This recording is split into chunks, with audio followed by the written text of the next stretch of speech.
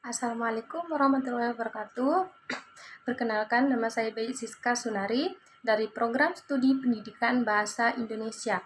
Di sini saya akan menjelaskan tentang konsep dasar bahasa Indonesia pada bab 1 dan pada bab 2 tentang semantik. Baik, selanjutnya 1. Konsep dasar bahasa Indonesia. Menurut Kamus Besar Bahasa Indonesia, bahasa adalah sistem bunyi yang arbitre yang digunakan oleh anggota suatu masyarakat untuk bekerja sama, berinteraksi, dan mengidentifikasi diri. Dan yang kedua, konsep umum bahasa Indonesia. Sebagai konsep umum bahasa, bisa mengacu pada kemampuan kognitif atau dapat mempelajari dan menggunakan sistem komunikasi yang kompleks, atau untuk menjelaskan sekumpulan aturan yang membentuk sistem tersebut, atau sekumpulan yang mengucapkan yang dapat dihasilkan dari aturan-aturan tersebut.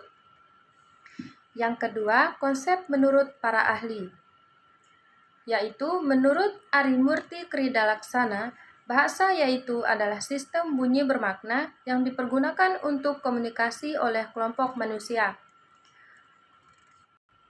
4.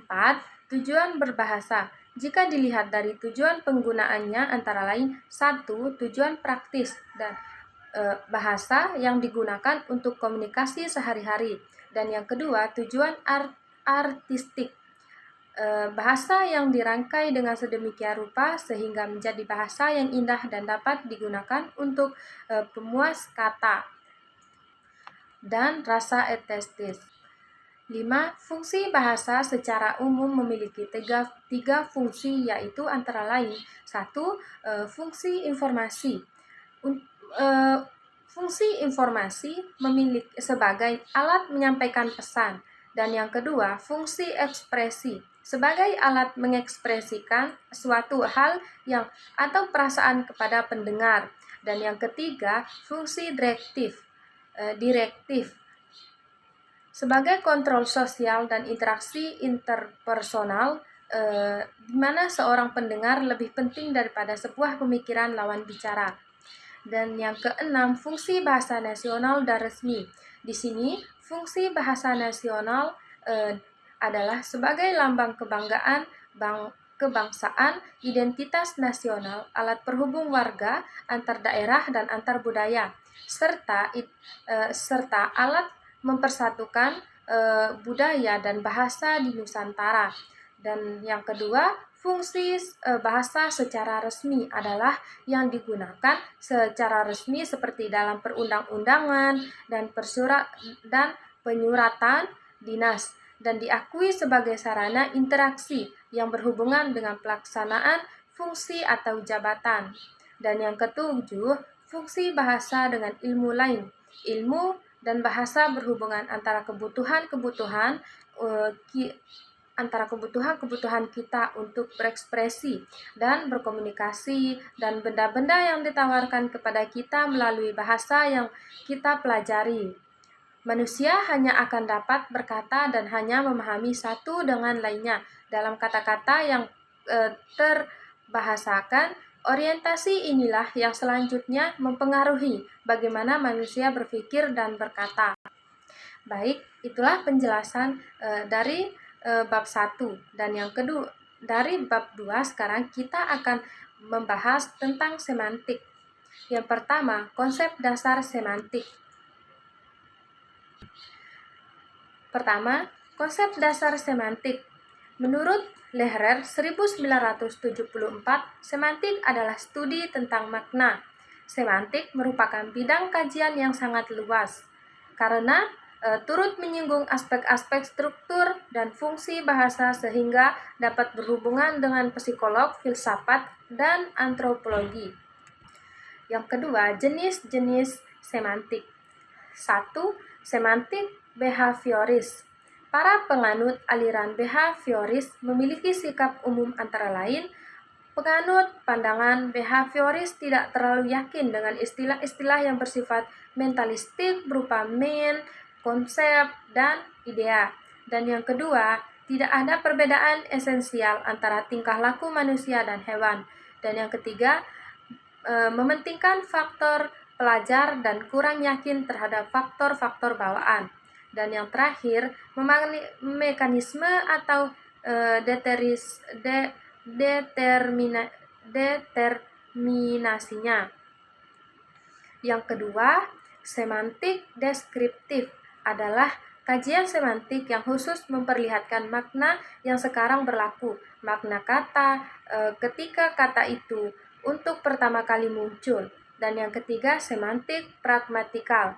Studi semantik yang khususnya mengkaji makna yang terdapat dalam suatu kalimat. Verheer mengatakan semantik pragmatikal jauh lebih sulit dianalisis. Dan yang keempat, semantik leksikal adalah kajian semantik yang lebih memuaskan pada pembahasan sistem makna yang terdapat dalam kata. Semantik leksikal juga tidak terlalu sulit dan bisa ditemui dalam sebuah kamus bahasa Indonesia. Dan yang kelima, semantik logika.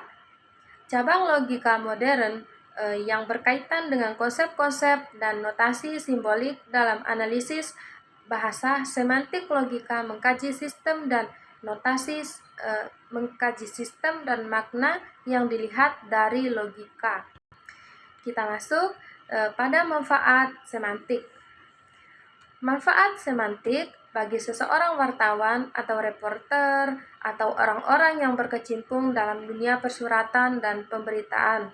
Mereka akan memperoleh manfaat praktis dari pengetahuan mengenai semantik.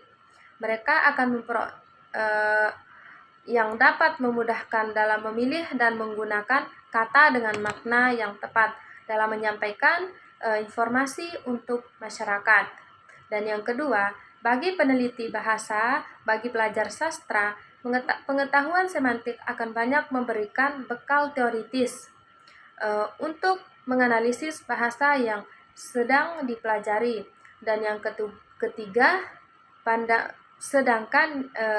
sedangkan bagi pengajar sastra, pengetahuan semantik akan memberikan manfaat teoritis maupun praktis. Secara teoritis semantik akan membantu dalam memahami dengan lebih baik bahasa yang akan diajarkan dan manfaat dalam memilih dengan lebih baik bahasa yang akan diajarkan. Dan manfaat praktisnya adalah kemudahan untuk mengajarkannya. Dan yang keempat, bagi orang awam, pemakaian dasar-dasar semantik tentunya masih diperlukan untuk dapat memahami dunia yang penuh dengan informasi dan lalu lintas kebahasaan yang terus berkembang. Sini yang keempat, semantik adalah cabang dari linguistik yang menyelidiki tentang makna bahasa. Dengan kata lain, semantik adalah pembelajaran tentang makna. Sekian yang dapat saya sampaikan dari bab 1 dengan bab 2. Sekurang-kurangnya saya mohon maaf. Wassalamualaikum warahmatullahi wabarakatuh.